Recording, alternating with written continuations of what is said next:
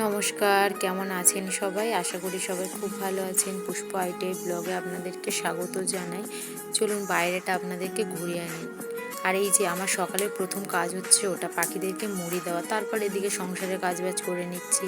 আর দেখলে প্রথমেই আমার মেয়ে খেলা করছে, এই যে খেলছে, ঘুরছে। আদৌ কিন্তু জানি না যে কতটা অসুস্থ, মানে জানতেই পারিনি যে এতটা এর ভিতরে ভিতরে অসুস্থতা ফিল করছে।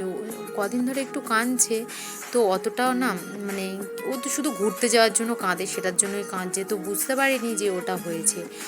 তো সংসারে কাজবাজগুলো করছিলাম, ও দেখছি একটু মানে কান্নাকাটি করছে, তা আমি এবার খেলনা দিচ্ছি যেরকম ও কাঁদে।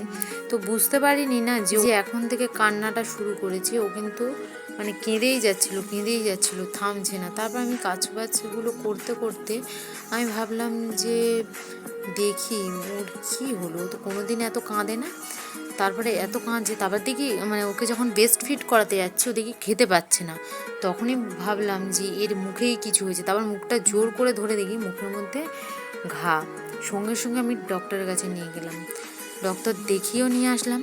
উনি দেখো কৃষান্না দে, উনি বলছে যে এটা না একদিন হয়নি, 1-2 সপ্তাহ। আমি তো বলছি 1-2 সপ্তাহ কী করে হতে পারে, ও তো ভালোই ঘুরছিল খাচ্ছিল, কী করে 1-2 সপ্তাহ? তা বলছে না, এটা অনেক দিন হয়েছে, আর গায়েও বেরিয়েছে, কিন্তু গায়ে না ওটা ডাক্তার বলছে যে পয়জনের জন্য হয়েছে।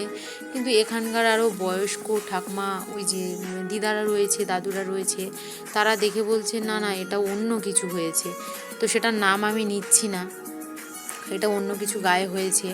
তারপরে এদিকে আমি রান্না করতে চলে এলাম। আজকে ভেন্ডি আলু চিংড়ি মাছ তরকারি হবে, আর মাছ ভাজা, বেশি কিছু করব না, মেয়ের শরীরটাও ভালো নয়।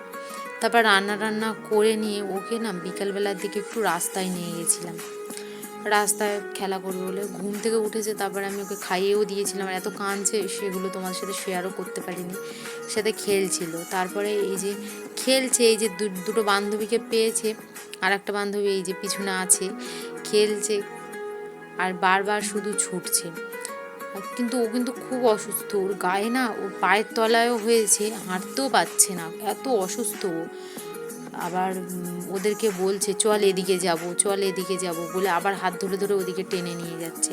আর এই যে এই বাচ্চাটাকে দেখছো, একে খালি পায়ে ঘোরাচ্ছে বলে আমি বলছিলাম যে কেন ঘোরাচ্ছ, রাস্তায় কোথায় গিয়ে আছে, বলতে না বলতেই এনার দেখা এই, মানে এই জিনিসটাকে আমি এতটা মানে ভয় পাই, আর এতটা আমার ঘেন্না লাগে বলার মতো না।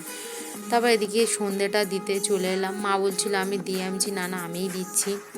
তো আজকে ব্লগটা এখানেই শেষ করছি। সবাই ভালো থাকবেন, সুস্থ থাকবেন, দেখা হচ্ছে পরের কোনো ভিডিওতে।